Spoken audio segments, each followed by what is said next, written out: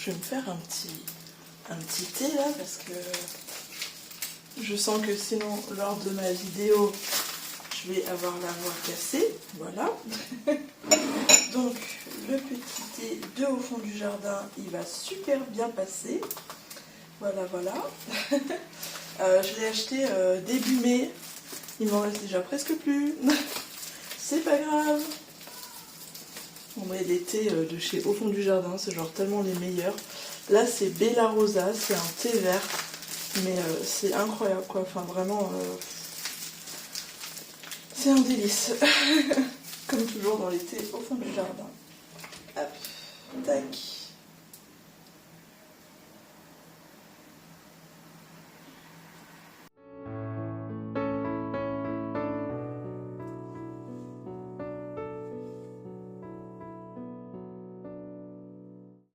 Bonjour à tous, bienvenue dans cette nouvelle vidéo. Alors aujourd'hui je vous propose une vidéo sur mes coups de cœur lecture de ce premier semestre 2024. Je dois vous l'avouer, ça fait 4 heures que j'essaye de tourner cette vidéo et que je n'y arrive pas. J'ai supprimé énormément d'applications et de caches sur mon téléphone pour faire de la place, donc j'espère que c'était ça le problème et que du coup je vais pouvoir tourner cette vidéo et que je vais pouvoir la sortir demain. C'est très pénible quand ça arrive parce que ça fait perdre beaucoup de temps et du coup ça me fait me perdre dans ce que je veux dire, donc j'espère que ça va bien se passer. Il est donc 19 h et du coup la lumière est moins sympa, mais bon. Il fait quand même encore jour tard, donc je me dis que ça peut le faire et que ça peut créer un peu une ambiance tamisée.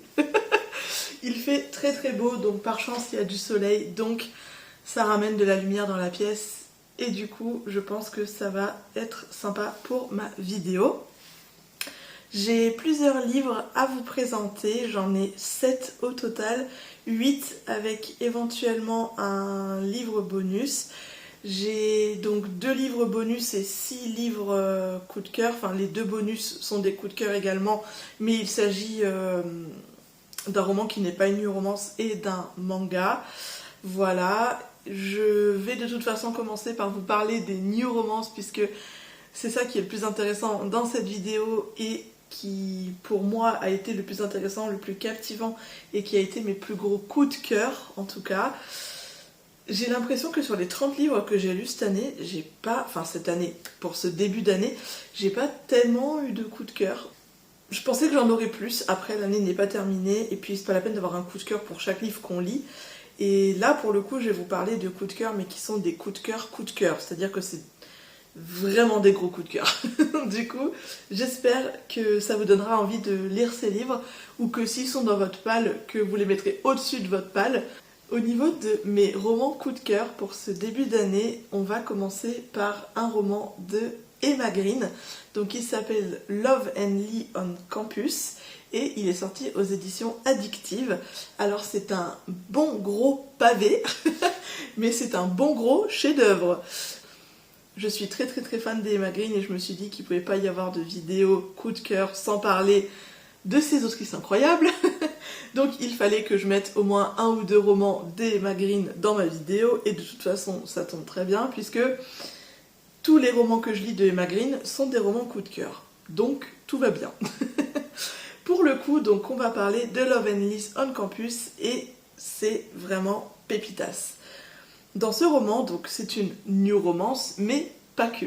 C'est ça qui est génial, c'est que ce roman englobe énormément de choses, énormément d'histoires, énormément de valeurs. Il y a une romance, mais il n'y a pas que ça. Il y a une histoire de sororité, des histoires familiales, des histoires dramatiques, des histoires poétiques, des relations particulières, etc. Et c'est juste incroyable. On est sur une histoire avec 3 personnages principaux.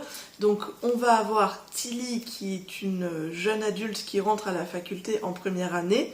On va avoir Colleen qui est donc la grande sœur de Tilly qui elle rentre à la faculté en 2e année. Et on va avoir Harlow qui lui est aussi en 2e année mais qui redouble Donc il redouble sa première année, donc il devait rentrer en deuxième année avec Colin, mais il redouble sa première année, donc il reste en première année, et du coup, il va se retrouver dans des cours avec Tilly. Arlo, c'est le meilleur ami de Colin, et c'est aussi le petit crush caché de Tilly. Donc, vous voyez où je veux en venir. C'est une histoire qui va avoir beaucoup de rebondissements. Il va y avoir des petits problèmes, il va y avoir des petits conflits, etc. Il faut savoir que Arlo connaissait Tilly comme étant une gamine, voilà, un peu cervelée, un petit peu nunuche, etc. Mais qu'une fois que Tilly arrive sur le campus, Arlo va se rendre compte que c'est devenu une belle jeune femme, qu'elle a des belles rondeurs, qu'elle lui plaît, et qu'il commence à être attiré par elle. Aïe aïe aïe. Tilly est la petite sœur de Colin, on ne touche pas à la petite sœur de sa meilleure amie, ça fait sens. Du coup, Arlo vit avec cette espèce d'attirance cachée, Tilly vit avec cette espèce de crush caché, il y a Colin au milieu. Colin, c'est un personnage hyper particulier parce que, en fait, elle est torturée, elle a des gros problèmes, elle vit une histoire d'amour compliquée, ensuite elle fugue, elle boit, elle fume, elle se drogue, elle fait que des conneries. Donc en fait, Tilly, elle a un petit peu un rôle de mère pour sa grande sœur, et Arlo, lui, il a aussi un petit peu un rôle de frère, de père pour Colin. Et c'est compliqué parce que tous les deux, ils n'arrivent pas à vivre quelque chose, ils n'arrivent pas à se rencontrer clairement, à se désirer clairement. Leur histoire d'amour, elle est longue à se mettre en place. C'est long, ça fait 600 pages. C'est long et je déteste les romans longs. Mais alors là, j'ai tout aimé. J'ai tout aimé. Même si c'était long à se mettre en place et même s'il y a un événement dramatique qui va faire que tout va se bousculer, que Tilly et Arlo, ils vont se rapprocher, que les histoires vont prendre un tout autre sens. Ça a pris son temps, quoi. Voilà, vraiment. Mais je sais qu'il y a beaucoup de personnes qui adorent quand les romans prennent leur temps. Et là, pour le coup, c'est un roman qui prend son temps. Donc c'est pas mal non plus. J'ai apprécié ce roman, malgré que je suis pas patiente. Donc je pense qu'il y a moyen d'apprécier malgré tout. Et franchement, je trouve que c'est une vraie pépite. Ça vaut un tome 2, punaise. Mais bon, il se suffit aussi à lui-même, parce que c'est Emma Green et qu'elles sont super fortes. Et qu'elles savent faire des romans qui se suffisent à eux-mêmes et qui sont juste incroyable. Pour mon deuxième coup de cœur, je vais vous parler de Just 17, toujours d'Emma Green et toujours aux éditions Addictive. Promis, c'est le dernier Emma Green, mais il fallait que je vous en parle. Dans ce roman-ci, nous avons donc deux protagonistes qui sont Lemon qui a 17 ans et Roman qui a 31 ans. Ce que je vous dis, il faut le retenir, ce n'est pas tout à fait anodin. C'est donc une histoire qui est assez spéciale et qui m'a beaucoup fait penser à mon passé. C'est une histoire entre un prof et son élève. Comment vous dire? J'adore les histoires interdites et du coup là pour le coup c'est vraiment un amour interdit et j'adore parce que j'aime la tournure que ça prend, parce que j'aime les rebondissements dans cette histoire et parce que je me suis énormément attachée à Lemon et à Roman qui sont deux personnages extrêmement opposés mais qui s'attirent parce que finalement ils sont les mêmes en fait au fond. J'ai trouvé ça très très beau, très poétique, très romantique, je trouvais que c'était extrêmement bien écrit. De toute façon, la plume Emma Green, je vais vous dire, c'est mes autrices françaises préférées, donc il n'y a même pas à chercher midi à 14h. Je les trouve géniales, donc je les couvre d'éloges à chaque fois que j'en parle. Mais c'est vrai qu'elles ont quelque chose et elles ont ce truc qui fait qu'on est accroché, qu'on a envie de continuer. Même si ça fait 600, 200, 1000 pages, on y est, on est dedans, on a envie. Et c'est juste incroyable et on n'a pas envie que ça s'arrête et on est toujours attaché aux personnages comme si on était avec eux dans le roman, comme si on vivait avec eux les histoires. Et là pour le coup ce roman là il a été pour moi tellement important dans ce début d'année. Lemon du coup, pour en revenir à l'histoire, elle arrive de Louisiane, donc dans la ville de Washington DC, dans la capitale américaine. Sa maman est en prison et du coup comme elle est mineure et qu'elle n'a pas de père, elle est obligée d'aller vivre chez son tuteur légal qui n'est autre que son oncle. Donc son oncle vit à Washington, il vit dans un quartier un peu huppé de la ville, il est entouré de célébrités, de personnes influentes, etc. Et Lemon, elle connaît pas du tout ce milieu-là puisqu'elle vient d'un milieu très pauvre, d'une petite ville de Louisiane, d'un quartier un petit peu spécial, etc. Et du coup, elle va découvrir, en plus de changer de vie, le monde de la luxure, des cocktails, des soirées huppées, etc. Et elle va avoir beaucoup de mal avec ça. C'est un univers qui lui ressemble pas du tout, elle c'est une fille très simple, elle a des goûts très simples, etc. Et du coup, elle n'est pas du tout branchée montre de luxe, elle n'est pas du tout branchée fringues, etc. Elle va malgré tout devoir aller vivre chez son oncle et elle va devoir changer de lycée. Dans son nouveau lycée, elle se fait harceler, elle subit du harcèlement scolaire, de la discrimination, elle n'est pas bien du tout. Ses deux meilleurs amis, eux ils sont restés en Louisiane évidemment, hein, leurs parents sont là-bas, etc. Ils n'ont pas changé d'établissement. Elle va être soutenue par eux, mais elle va aussi devoir affronter un petit peu sa vie toute seule, sa nouvelle vie toute seule. Elle va devoir se faire des nouveaux amis, se faire accepter, et c'est pas une chose facile quand on n'est pas un gosse de riche. Voilà. Mais dans ce lycée-là, elle a un petit peu un échappatoire qui s'appelle Roman, et qui n'est autre que son prof d'histoire géo. Roman, lui, il a une vie aussi assez particulière, puisque ce boulot-là, il l'a pris pour pouvoir payer une greffe du cœur à son neveu qui est malade et atteint d'un problème cardiaque. Et donc il doit mettre beaucoup d'argent de côté pour pouvoir payer l'intervention chirurgicale, et donc il ne peut pas se permettre de merder. Or, il va éprouver une attirance physique pour Lemon, et plus les jours passent, plus ça va être compliqué. Il n'a pas le droit à l'erreur, c'est interdit dans l'établissement. Les relations élève-prof, évidemment, c'est interdit, hein, mais l'interdit va l'exciter. Et Lemon, c'est pareil. Sauf que c'est compliqué, ils peuvent rien faire. On compte sur Lemon pour qu'elle ait des bonnes notes, pour qu'elle s'intègre, etc., pour qu'elle ne devienne pas comme sa mère.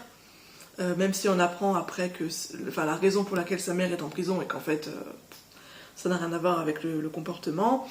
Et puis voilà, en fait, Lemon, il faut que ce soit une fille exemplaire, et Roman, il faut que ce soit un tonton exemplaire, il faut qu'il puisse subvenir aux besoins de sa famille, etc. Donc l'histoire, elle est compliquée à se mettre en place. Ils peuvent pas, ils sont attirés l'un par l'autre, mais ils peuvent pas. Et du coup, je trouve que c'est extrêmement poignant, parce que on retrouve deux personnages qui sont déchirés par leurs sentiments et qui ne peuvent rien faire, parce qu'ils sont bloqués par des situations qui sont terribles. Et du coup, ça m'a trop émue, j'ai été vraiment dedans, j'avais pas envie de les lâcher, j'avais pas envie de les quitter. Pareil, ça vaut trop un tome 2. Pourquoi est-ce que ce roman est un one-shot? Je ne sais pas. En tout cas, il y a beaucoup de suspense, il y a beaucoup de rebondissements dans cette histoire, et j'ai vraiment énormément aimé ce roman. Pareil, c'est un roman que je vous conseille, mais tellement à 2000%. Il était génial. Maintenant, je vais vous parler d'un roman de Colleen Hoover qui s'appelle November 9 et qui est sorti aux éditions Hugo Roman. Oui, Hugo Roman, je sais jamais, oui, Hugo Roman.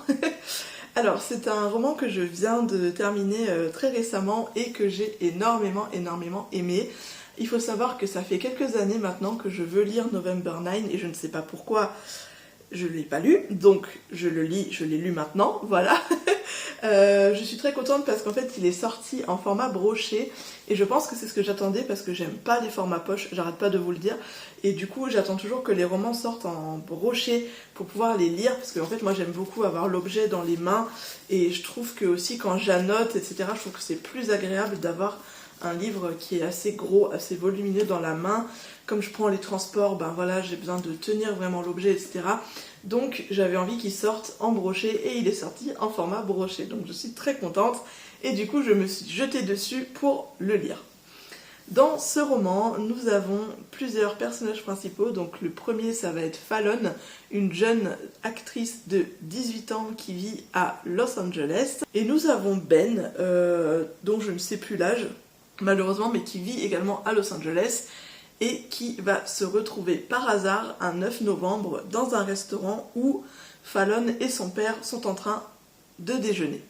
La date du 9 novembre pour Fallon est une date extrêmement importante, puisque c'est une date à laquelle elle a vécu un événement extrêmement traumatisant. Elle a eu un accident, et en fait cet accident a été provoqué Je dirais pas par son père ou parce que son père l'a oubliée en fait dans sa chambre, mais en gros elle a été brûlée sur toute une partie de son corps. Horrible. Donc Fallon, elle se sent pas bien du tout, elle a pas du tout confiance en elle, elle est constamment dévalorisée par son père. Il faut pas oublier qu'elle est actrice et que du coup elle a eu des rôles très importants qui se sont arrêtés parce qu'elle a été brûlée et parce qu'elle était plus, selon Los Angeles et selon les studios de tournage, etc., plus digne et plus apte à tourner parce qu'elle était devenue moins jolie, entre gros guillemets. Donc eh ben, elle a essayé de se reconvertir, elle essaye de changer de vie et ce fameux 9 novembre, elle va prendre son envol pour la ville de New York pour changer de vie. Or, eh bien, ce jour-là, un garçon prénommé Ben va prendre son déjeuner au même endroit que Fallon et son père et va remarquer Fallon. Ils vont discuter, il va prendre les devants, il va faire genre il est le petit ami de Fallon pour faire taire son père qui trouve que Fallon n'est pas très belle, que voilà, qu'elle papillonne un petit peu et tout. Ben il va se prendre au jeu, il va carrément s'incruster dans la conversation, il va être là, non mais je suis son petit ami, j'étais en retard et tout machin nanana. Et en fait tout ça va provoquer une situation entre Fallon et Ben qui va faire qu'il va falloir qu'ils apprennent à se connaître, etc. Et donc Fallon quitte le restaurant mais ne veut pas emporter Ben avec elle dans ses valises en gros.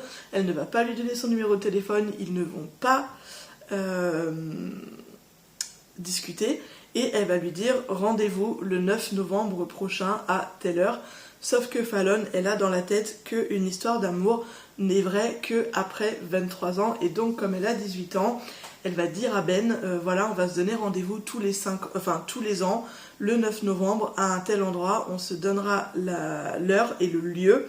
On ne communique pas entre toutes ces années et si on se voit chaque année à cette date et si à chaque année, chacun de nous deux vient au rendez-vous à telle heure, tel endroit, on saura qu'on est fait l'un pour l'autre, on saura qu'on s'aime et alors on pourra vivre notre histoire d'amour après.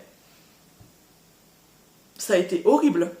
Alors ce roman a été incroyable, mais ça a été horrible. J'ai été en stress, je me suis dit, est-ce qu'ils vont venir chaque année tous les 9 novembre?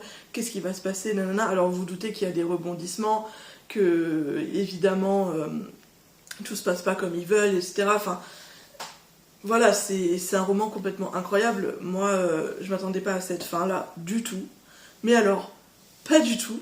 Donc, voilà, on a envie de savoir, est-ce qu'ils vont se voir tous les ans, est-ce qu'ils vont tenir, est-ce que l'un ou l'autre ne va pas avoir un petit ami, une petite amie, parce qu'ils se sont autorisés à coucher avec d'autres personnes, à voir d'autres personnes, etc. Donc, est-ce que il va pas y avoir l'un qui va abandonner l'autre? C'est un truc d'intrigue et de suspense de A à Z, et j'adore ce genre de roman, parce que ça vous tient en haleine de ouf. Et du coup, même d'en parler là, ça m'émeut. Du coup, vraiment November 9, c'était un super roman. Je pensais pas du tout que c'était un roman comme ça en fait. Et je suis trop contente. Vraiment, c'est vraiment incroyable. Dans la catégorie New Romance, du coup, je continue avec The American Roommate Experiment de Elena Hamas et sorti aux éditions J'ai lu. Alors, ce roman, c'est le roman que je viens de terminer, donc c'est tout frais. Du coup, pour ce roman, on est dans la ville de New York. J'adore les romans qui se passent à New York. Et on a deux personnages principaux qui sont Rosie et Lucas. Rosie, c'est la meilleure amie de Lina qui est actuellement en vacances en lune de miel avec son mari, quoi. Ils viennent tout fraîchement de se marier et du coup, ils sont partis en lune de miel. Et Lucas, c'est le cousin de Lina, qui lui est un globe-trotter et qui s'est arrêté à New York pour quelques semaines. Un soir, Rosie va rentrer chez elle et va se rendre compte que le plafond de son appartement s'est écroulé. Clairement, elle voit chez le voisin d'au-dessus, elle se dit c'est pas possible, il faut que je parte de cet appartement, je réglerai le problème demain, mais là je peux pas dormir là cette nuit, j'ai plus d'intimité, mon voisin clairement il voit chez moi, ça va pas le faire. Donc elle se dit, tiens, j'ai le double des clés de chez ma meilleure amie Lina qui n'est pas là. Du coup, je vais aller squatter dans son appartement. Je lui enverrai un message pour la prévenir, etc. Le jour même, alors qu'elle était en train de faire je ne sais plus quoi, elle va entendre des coups dans la porte de l'appartement de Lina, des coups de serrure, des coups de clé, mais aussi des coups de pied, des coups de poing, et elle va se demander si elle n'est pas en train de se faire cambrioler. Elle se dit que c'est quand même incroyable parce que fait chier quoi, en fait elle vient de partir d'un appartement insalubre pour arriver là, penser être calme et en fait se rendre compte que pas du tout. Donc elle va être hyper vigilante, elle va appeler la police et en fait elle va se rendre compte en se calmant qu'il s'agit de Lucas, le cousin de Lina. Lucas, c'est un mec qu'elle suit sur les réseaux un petit peu en cachette depuis quelques temps, surtout depuis qu'il n'est pas venu au mariage de Lina et qu'elle aurait aimé le rencontrer à ce moment-là. Elle le stalk un petit peu parce qu'elle le trouve beau gosse, elle aime bien voir ce qu'il fait, etc. C'est un ancien surfeur. Voilà, donc à mon avis, pas si mal à regarder que ça. Elle va se rendre compte qu'il va falloir qu'elle partage son appartement avec lui. Et du coup, Rosie, elle vient de quitter son entreprise dans laquelle elle était ingénieure pour écrire des romans d'amour. Elle a sorti un premier roman d'amour à succès et du coup elle est en train d'en écrire un deuxième, mais elle souffre du syndrome de la page blanche. Et donc Lucas, qui commence à être son ami, puis qui devient son meilleur ami, va lui proposer de l'aider et de lancer une espèce d'expérience entre les deux personnages pour l'aider à écrire son roman d'amour. Donc en gros, Lucas, là, il va se proposer pour être son petit copain, son faux petit copain, pour qu'elle écrive une histoire d'amour, pour qu'elle ait une expérience en plus et pour qu'elle puisse écrire ce livre. Sauf que ça va pas du tout se passer comme prévu. L'expérience entre Lucas et Rosie va prendre une tournure complètement différente. Et au milieu de tout ça, y a Lina qui est au courant de rien, qui ne sait pas que Rosie et Lucas vivent dans le même appartement, qui sont clairement en coloc, qui vivent leur meilleure vie, qui font à manger tous les soirs ensemble, que Rosie, pendant qu'elle écrit, Lucas il est en train de préparer des plats de dingue. Et au fur et à mesure, les deux apprennent à se connaître, vont devenir un peu inséparables, surtout en amitié, et puis les choses vont s'accélérer. Rosie va avoir l'impression d'avoir des sentiments pour Lucas, mais Lucas va avoir l'impression d'avoir des sentiments pour Rosie, mais ils savent pas comment faire, ils sont censés être colocs, ils vont plus jamais se revoir. Lucas il va rentrer en Espagne définitivement, Rosie elle va rentrer dans son appartement, ils ne sont pas amenés à se revoir, et pourtant l'histoire aurait pu s'arrêter là, Rosie aurait pu rentrer dans son appartement après les travaux et Lucas aurait pu rentrer en Espagne définitivement. Or, ce n'est pas du tout ce qu'il va se passer. Il va y avoir encore des rebondissements, encore des histoires incroyables, Lina qui va s'en mêler. Quel roman incroyable. Pareil, c'est un bon pavé, mais franchement j'adore cette autrice. C'est le deuxième livre que je lis. Plus je lis des romans d'Helena Armas, plus j'adore cette autrice. Et vraiment, j'aime trop. Enfin, vraiment, pour moi, Colleen Hoover, c'est mon autrice américaine préférée. Emma Green, c'est mes autrices préférées françaises. Et là, Helena Armas, je pense qu'elle est espagnole et je pense que c'est mon autrice espagnole préférée. Voilà. Je suis trop... jeune autrice espagnole, il y a marqué. Maintenant, il faut apprendre à lire, hein, des fois. Voilà, donc c'est mon autrice espagnole préférée. Voilà. J'ai vraiment beaucoup aimé ce roman et je pense que pour cet été, si vous voulez un truc un peu frais, un peu sympa, ça peut vraiment le faire, ça peut apporter quelque chose, ça peut vous permettre de vous évader, ça va vous faire du bien. Je pouvais pas tourner cette vidéo sur mes coups de cœur de ce début d'année 2024 sans vous parler de 1000 baisers pour un garçon. Je pouvais pas parce que c'est le plus beau roman que j'ai lu dans ma vie, mais vraiment, c'est le plus beau roman au monde. Je m'y attendais pas du tout. Je trouvais que la couve était pas terrible du tout, malgré que le jaspage soit vraiment très joli. Alors moi j'ai l'édition collector, donc il y a des très belles illustrations devant et derrière l'histoire. C'est un très bel ouvrage, etc. C'est un très bel objet de collection, il est vraiment très joli. Mais en fait, je m'attendais pas du tout à une histoire pareille. Mais alors, pas du tout. J'ai été tellement transcendée par cette histoire, j'ai été bouleversée. Je pense que c'est le seul livre au monde qui me fera pleurer à chaque page. Mais quand je vous dis que j'ai pleuré à chaque page, c'est même pas exagéré. Tellement c'était... En fait, j'avais peur d'arriver au chapitre suivant, parce que je savais pas quelle émotion j'allais ressentir, et en fait, j'avais peur d'être mal, quoi, mais vraiment mal, et de me dire, mais qu'est-ce que c'est que ce livre, mais où ça va m'emmener, mais qu'est-ce qui va se passer? Et il s'est passé évidemment ce que je m'attendais à ce qui se passe, hein, voilà. Et ça a été difficile, difficilement acceptable surtout, et quel chef-d'œuvre, mais quel chef-d'œuvre, enfin déjà qu'on puisse écrire un truc comme ça, je comprends même pas, tellement c'est incroyablement beau, et j'arrête pas de me dire que cette autrice, elle a dû vivre ça, en fait, pour l'écrire, parce que c'est tellement poignant, ça vient tellement du fond de l'être que c'est... Ça vous bouleverse un homme, quoi, c'est dur. C'est dur, et je vais tout faire, hein, là, pour pas verser ma petite larme en vous en parlant, mais c'est pas évident, quoi. C'est waouh. Vraiment. Donc, du coup, on est sur une romance qui s'appelle 1000 baisers pour un garçon de l'autrice Tilly Cole, sortie chez Hachette Roman. Alors, c'est l'histoire de Rune et de Poppy qui vont se rencontrer pour la toute première fois lorsqu'ils ont 5 ans. En effet, Rune vient de Norvège et va déménager en Amérique dans la maison voisine de celle de Poppy. Ils sont des enfants et pourtant, dès le premier regard, dès le premier instant, ils savent qu'ils ne se lâcheront plus jamais. Rune, c'est un jeune Norvégien, il est hyper beau gosse, il a les cheveux longs, etc. Déjà à 5 ans, il se la joue un peu, il est mignon, voilà, il a du charme, etc. Et Poppy, je pense qu'elle va tomber amoureuse de lui très très vite et très très tôt. Et Rune, pareil pour Poppy, mais au début, ils se l'avouent pas trop, ils se le disent pas, etc. Ce sont que des enfants. Cependant, ils ne vont jamais se quitter, et quand je vous dis qu'ils ne vont jamais se quitter, c'est jamais se quitter. Ils vont littéralement dormir toutes les nuits de leur existence ensemble. Ils ont leur fenêtre de leur chambre proche, et donc il suffit de juste traverser le jardin pour atterrir dans la chambre de Poppy, où Rune va passer toutes ses nuits.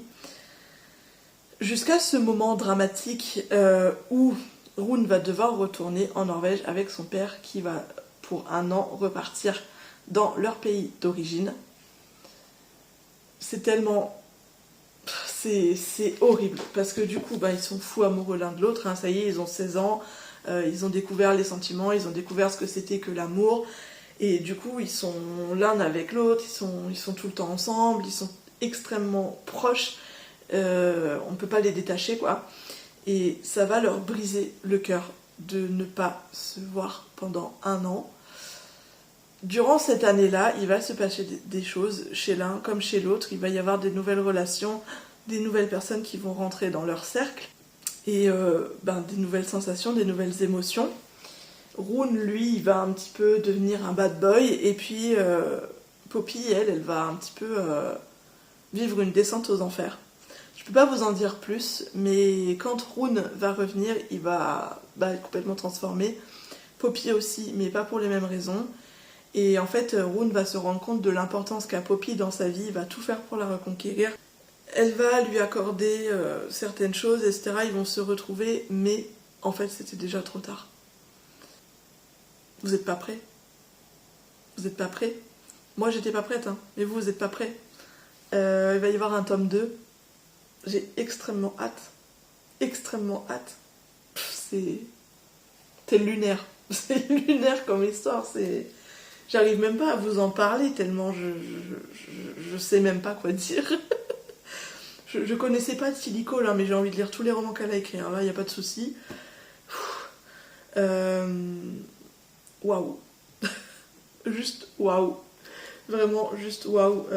Emparez-vous de cette romance vite, parce qu'elle est juste incroyable. Mais vraiment incroyable. La dernière romance dont je veux vous parler s'appelle Divine Rivalité. Donc c'est un roman de l'autrice Rebecca Ross et c'est sorti aux éditions de Saxus. Alors je vous avoue que j'ai acheté ce roman uniquement pour le jaspage, à la base, sauf que je ne m'attendais pas du tout à tomber amoureuse des personnages de ce roman. Mais alors, pas du tout. Parce que, je ne sais pas si vous le savez, mais il s'agit d'un roman fantastique, donc d'une romantaisie. Donc un roman fantastique où se mêle de la romance. Je ne suis pas du tout lectrice de fantastique, donc je ne pensais pas aimer ce roman à ce point et je ne pensais pas le mettre parmi mes coups de cœur de cette année. J'ai déjà hâte que le tome 2 sorte, tellement je n'en peux plus. Alors il est sorti en anglais, donc il ne devrait pas tarder à sortir en France. Du coup, dans ce roman, on va d'abord suivre Iris Wino, qui est une jeune journaliste en stage, on va dire, à la Gazette de Watt, qui est la grande ville dont on parle dans cet ouvrage. Iris, elle a un frère qui du coup s'est enrôlé dans la guerre qui se passe à 600 km de Watt, une guerre des dieux. Donc c'est ce côté-là qui est fantastique dans le roman. Et elle a une maman qui sombre dans l'alcool parce que Forrest, donc le frère, est parti à la guerre. C'est assez compliqué et Iris, elle est un petit peu confrontée à la dépression de sa mère, mais aussi à l'absence de son frère. Iris possède une machine à écrire qui est une machine à écrire magique, la deuxième partie fantastique de ce roman. Et cette machine à écrire magique envoie les lettres qu'Iris écrit à son frère qui est au front depuis la garde-robe de sa chambre. Donc elle glisse la lettre sous le placard et la lettre s'envole. Oui, c'est un peu comme Harry Potter qui envoie des trucs par les cheminées, tout ça. Voilà, j'ai adoré. Du coup, donc Iris pense être en train d'écrire à son frère depuis 6 mois. Or, les lettres n'arrivent pas chez son frère, mais chez une autre personne. Personne que vous découvrirez dans le roman, je ne vous dirai pas qui c'est. Qui est une personne que Iris connaît, une personne que Iris côtoie, une personne que Iris ne pensait même pas être l'interlocuteur de cette correspondance. Iris va apprendre que ce n'est pas Forrest qui répond à ses lettres, mais malgré tout, elle va avoir envie de communiquer avec cette personne, elle va avoir envie d'en apprendre plus, et ça va la motiver dans ses projets de vie. Dans cette gazette, il y a Roman, qui est un tout petit peu plus âgé qu'Iris, il doit avoir à peu près 2 ans ou 3 ans de plus qu'elle. Lui aussi est stagiaire et lui aussi doit faire ses preuves à la gazette. Il est un petit peu en concurrence avec Iris, et puis il sait pas trop, il la connaît bien mieux que ce qu'elle pense. Et du coup, il va essayer de s'approcher d'elle, mais il sait pas trop, il est pas sûr, etc. Puis Iris, elle a plein de trucs à gérer, elle a autre chose à penser qu'à ça, etc. Mais bon, c'est un mec sûr de lui, un beau gosse, il est fils d'un mec influent, enfin il est fils d'un parti influent, il est promu à une jeune fille, il a sa vie toute tracée, tandis que Iris, elle, elle vit des événements tragiques, elle est pauvre, elle vit dans un appartement insalubre qui sent le moisi, qui est terrible, qui est moche, qui n'est même pas éclairé à l'électricité, mais à la bougie, tellement c'est l'enfer, tellement elle est pauvre qu'elle ne peut pas payer l'électricité. Et du coup, ces 2 personnages grandissent et évoluent dans 2 univers complètement différents, et pourtant, quelque chose va faire qu'ils vont se rapprocher. Iris va vivre un événement traumatisant et ça va la décider à quitter son travail. Elle a fait ses preuves, mais elle a décidé de partir de la Gazette pour devenir correspondante de guerre et donc partir au front ou pas loin du front pour écrire sur la guerre, sur ce qui se passe, pour renseigner les gens de la ville de Watt qui sont à 600 km du combat, quoi. Il y a vraiment, au-delà de la romance, une histoire qui est belle, une histoire qui pourrait être complètement vraie, et une histoire qui nous emporte, nous transperce et nous transporte surtout vers la magie, vers l'amour, vers le désir. Et je trouve que c'est extrêmement beau, que tout ça se passe par une correspondance, c'est doux, c'est fluide. Les lettres, elles s'envoient, les lettres, elles reviennent. C'est vraiment quelque chose qui nous transporte, c'est vraiment un peu comme des vagues d'émotions. Et j'ai beaucoup aimé cette histoire. Et je trouve que Iris, c'est un personnage que j'adore. Et j'ai très hâte de l'avoir évolué dans le tome 2. Je trouve qu'il n'y a pas beaucoup de fantaisie, du coup, dans ce roman. Et donc, je pense qu'il va peut-être y en avoir dans le tome 2.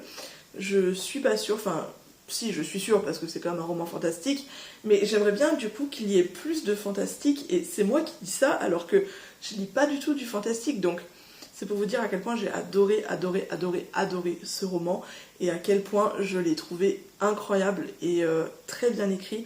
La plume de Rebecca Ross est très très belle, et ça me donne envie aussi de lire d'autres romans de sa plume, et j'ai trouvé qu'il était mais juste incroyable, et qu'en fait il était original dans son écriture. Voilà, donc c'est un conseil aussi que je vous donne si vous savez pas trop quoi lire cet été.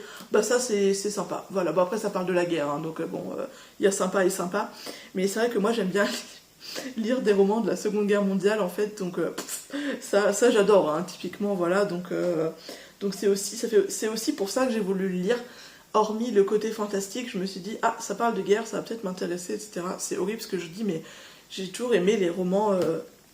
de la Seconde Guerre mondiale, enfin je sais pas pourquoi, mais surtout toute l'histoire qu'il y a autour, évidemment, hein, les histoires d'amour qui se créent, ce qui se passe dans les camps de concentration, etc.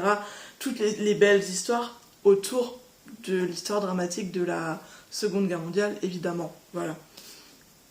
J'en ai terminé du coup avec mes romans coup de cœur au niveau de la New Romance, mais je voulais vous proposer un dernier coup de cœur bonus qui du coup n'est pas une romance. C'est le livre de Marie Vareille, La dernière allumette, sorti aux éditions Charleston. C'est un roman mais qui m'a bouleversée dans tous les sens du terme.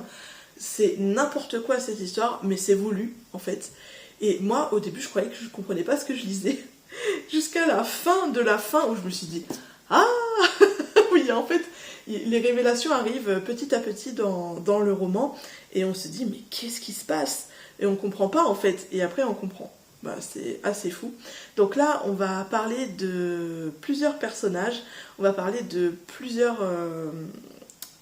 événements importants, traumatisants, de plusieurs sujets également. Donc il y a le sujet de l'amour, le sujet de la violence conjugale, le sujet de la violence envers l'enfant, le sujet du traumatisme, etc. On va suivre une jeune femme qui s'appelle Abigail et qui s'est retirée dans un couvent il y a une vingtaine d'années.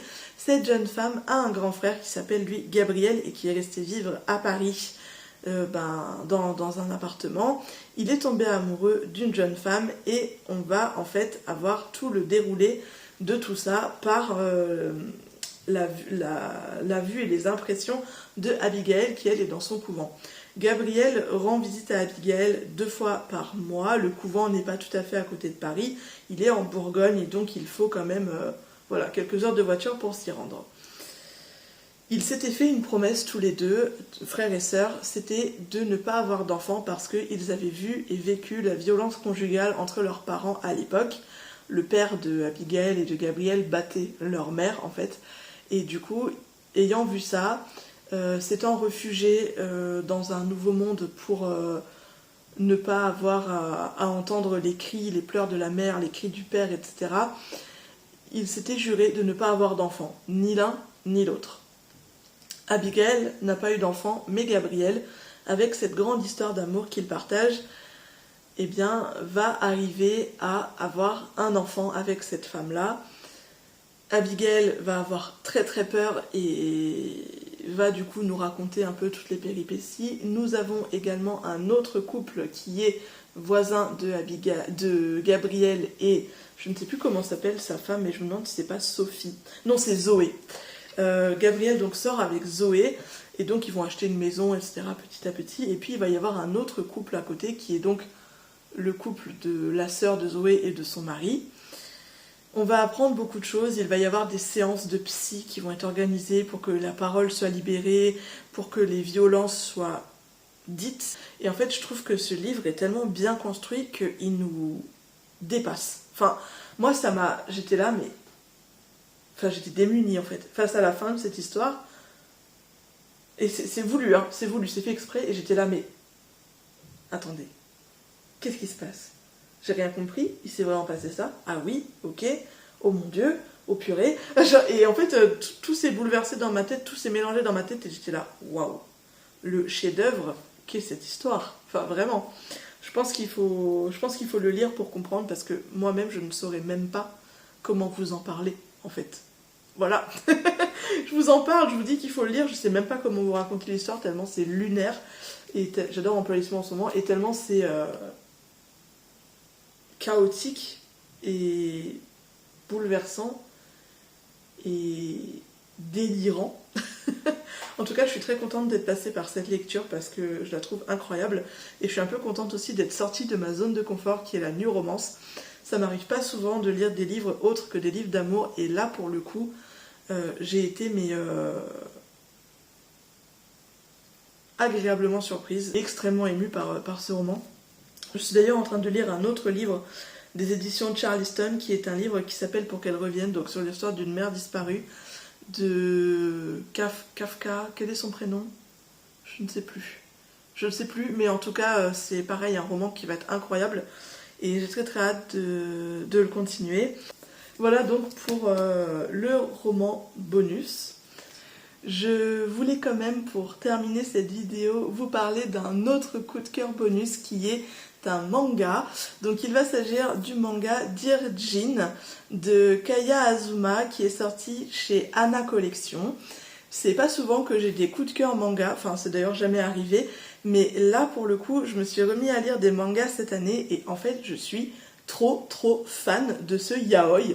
Pour vous expliquer en quelques mots ce qu'est un yaoi, c'est juste une histoire d'amour entre deux hommes, voilà. Tout simplement les yuri c'est entre deux filles, et les hentai c'est entre des hétéros, voilà. Et du coup donc dans ce yaoi on va suivre Trevor et Jin. Je vais l'appeler Jin, je sais pas si on dit Jin, Jenny, Jane, je sais pas comment le prononcer, mais en tout cas je vais dire Jin. Je crois que dans ma précédente vidéo j'avais dit Jenny et c'était très bizarre, donc je vais dire Jin, Ginny ou Ginny, peut-être Ginny, je ne sais pas. Bon, on va dire Ginny, voilà. Dans ce manga, on va donc suivre Trevor, qui est un avocat à New York, et on va suivre également Ginny, qui lui est un Amish qui quitte tout juste sa communauté. Après la fameuse fête là, de la majorité, ils peuvent choisir de partir ou de rester dans la communauté Amish, et lui a fait le choix de quitter sa communauté. Or, il faut savoir que quand on quitte la communauté Amish, on ne peut pas revenir. Donc, il a décidé d'aller faire sa vie ailleurs et il a décidé de faire sa vie dans la ville de New York. Or, il est pauvre, il est sans argent, il n'a pas de toit et on ne peut pas l'héberger, etc. Donc, il vit dehors. Sauf que un soir, sa vie va changer parce que il va croiser le destin de notre cher Trevor. Et du coup, Trevor qui lui vient de perdre un dossier très important, puisque Trevor est donc un avocat des familles et qu'il devait traiter un dossier très important d'une femme qu'il apprécie et qui a des enfants, et il veut plaider la cause de cette femme. Donc il va perdre ce dossier et c'est Ginny qui va tomber dessus. Il va lui courir après pour lui rendre ce dossier et c'est là que toute l'histoire va commencer. Donc, pour remercier Ginny de son geste, Trevor va lui proposer un hébergement. Donc, il va l'inviter chez lui et il va lui dire, voilà, j'ai une pièce qui sert à rien, tu peux dormir là, etc. Mais Trevor, qui lui n'a jamais assumé son homosexualité, qui n'en a jamais parlé à personne, etc., va avoir du mal à accepter qu'il commence à tomber amoureux de Ginny. Et toute l'histoire va un petit peu prendre une tournure particulière, va y avoir plusieurs personnes de la famille de Trevor qui vont se mêler à l'histoire.